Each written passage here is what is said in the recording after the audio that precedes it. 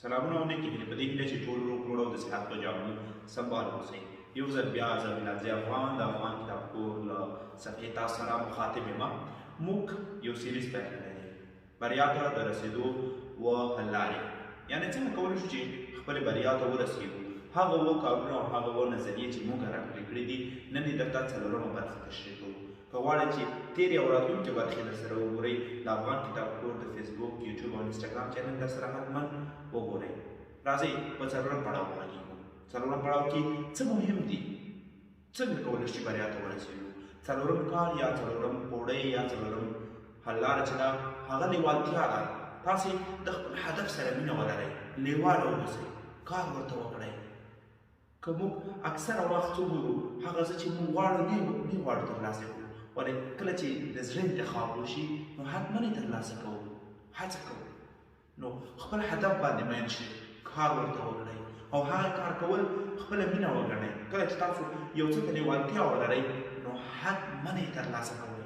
بېغمه اوسئ، په دې کې هېڅ خبره نشته چې تاسو په دغه لارې څخه پاتې شئ.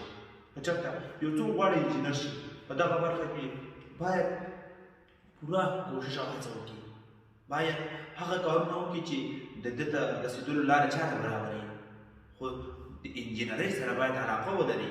همداسې که یو څوک غواړي دعوتګر واوسي نو باید کافي معلومات ولري او هر هغه څه چې وایي په ځان یې تطبیق کړي، دې ته لیواله واوسي چې په ځان دا کارونه تطبیق کړي او بیا نورو ته دا خبرې ورسوي.